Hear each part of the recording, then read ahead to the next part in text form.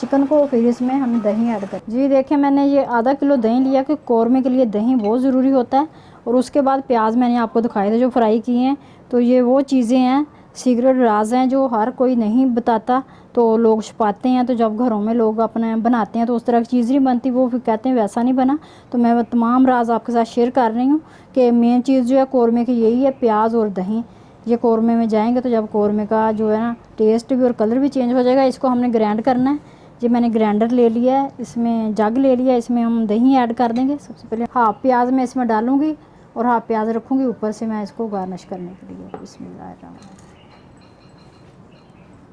तो प्याज़ों को आपने थोड़ा सा हवा लगा लेनी है ताकि वो खुश्क हो जाए, अच्छे से ग्राइंड हो।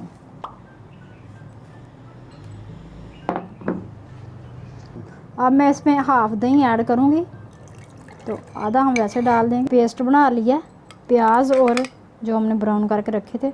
इसमें आप चाहे काजू डाल लें, बादाम, वो अपनी मर्ज़ी है, जितना मर्ज़ी आप इसमें डाल लें चीज़ें।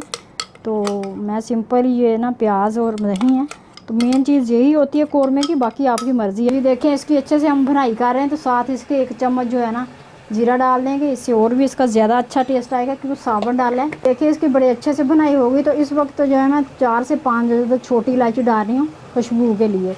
तो शुरू में जब डालेंगे तो इसकी जो खुशबू है ना वो भुनाई में ख़त्म हो जाएगी। तो इस वक्त हमने ऐड करनी है। अब इसमें हम दही डालेंगे। बिस्मिल्लाहिर्रहमानिर्रहीम। ये दही जो हमने बचाया था आधा किलो में से वो ग्राइंड किया और आधा ही हमने इसमें डाल दिया। इसको हम 5 मिनट भून लेंगे। ये देखें माशाल्लाह से इसकी ज़बरदस्त भुनाई हो गई है। और माशाल्लाह से देखें आप, तो देखें कौरमा हमारा। तो अब इसमें इस वक्त हमने ये पेस्ट जो बनाया है प्याज का ये डाल देना है। साथ इसमें जो जिसमें हमने जग में बनाया था उसमें थोड़ा सा पानी जितनी हमने इसको लगाना है पानी गलाने के लिए। देखिए हमने इसको अच्छे से जो है ना भून लिया है, तो इसकी अच्छे से भुनाई हो गई। हमने प्याज और दही डाल के अब इसमें हम पानी डालेंगे ताकि गोश्त हमारा अच्छे से गल भी जाए, टेंडर हो जाए और इसका प्यारा सा जो है ना एक ग्रेवी बन जाए कौरमे की। तो ये मैंने लिया है तकरीबन थोड़ा सा पानी लिया है। इसको मैं जिसमें मैंने प्याज ग्राइंड किए थे उसी में मैंने डाल के इसको डाल दिया।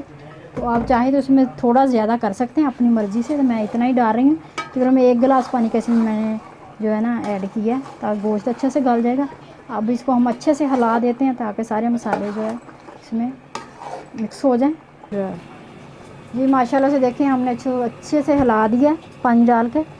तो ग्रेवी आप अपनी मर्ज़ी से ज़्यादा कम रख सकते हैं। अब इसको हम 7 मिनट 8 मिनट के लिए इसको 10 मिनट के लिए इसको पकाएंगे ढक के ऊपर से, ताकि गोश्त जो है हमारा अच्छे से टेंडर हो जाए, गल जाए और ग्रेवी जो बेहतरीन सी तैयार हो जाए।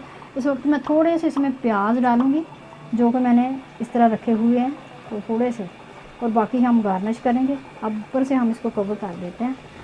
तो जी हमने इसको ढक दिया ऊपर से। अब इसको हम पकने देते हैं। स्लो आंच पे हमने इसको रखना है, दम वाली, दम से थोड़ी तेज़ हो, मीडियम टू लो रखना है हमने ना इसको। और 10 मिनट के बाद फिर हमने बिल्कुल स्लो आंच पे रखा हुआ है। ये देखें दम पर ही। और माशाल्लाह से देखें कौरमा हमारा जो है ना बिल्कुल रेडी हो गया। ये देखें इसकी माशाल्लाह से ज़बरदस्त सा कौरमा हमारा। अब इसमें कुछ मसाले हमने इस वक्त ऐड करने हैं। तो इस वक्त मसाले ऐड करके हम फ्लेम को कर देंगे ऑफ। इस वक्त हम डालेंगे इसमें काली मिर्च, क्योंकि शुरू में आपने देखा कि बिल्कुल काली मिर्च नहीं डाली। तो शुरू में डालने से इसका जो कलर है ना वो हो जाता है चेंज। तो अब मैं 1.5 चम्मच इसमें जो है ना काली मिर्च डाल रही हूँ।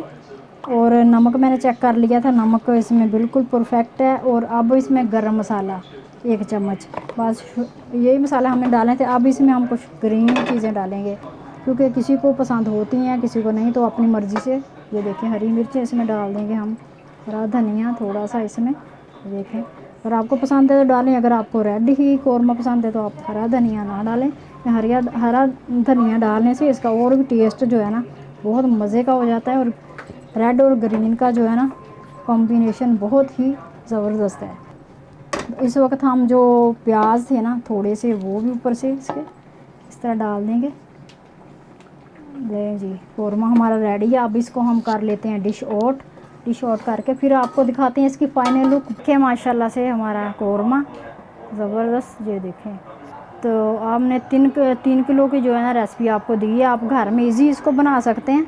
घर में बनाएं, मेहमानों की दावत पे बनाएं या आप खुद एंजॉय करें। मेरी बहनों को घर में जो ज़्यादा मेहमान आ जाते हैं टेंशन हो जाती है, तो कई दफ़ा हमें जो है कुक नहीं मिलते या हम नहीं उसको अफोर्ड कर सकते, तो आप खुद ही घर में रेसिपी बना लें। जो मैंने 3 किलो की रेसिपी दी है, बहुत आसान है, इजी है और इतना मज़ेदार देगी कौरमा हमारा ये देखिए माशाल्लाह से रेडी है। माशाल्लाह से हमने निकाल लिया है इसको डिश में। तो अब इसको थोड़ा सा हम ये प्याज जो है हमने रखे थे ऊपर से ब्राउन किए हुए, ये थोड़े से इसमें डाल देंगे और थोड़ा सा हरा धनिया, चंद पत्तियाँ हरे धनिया की।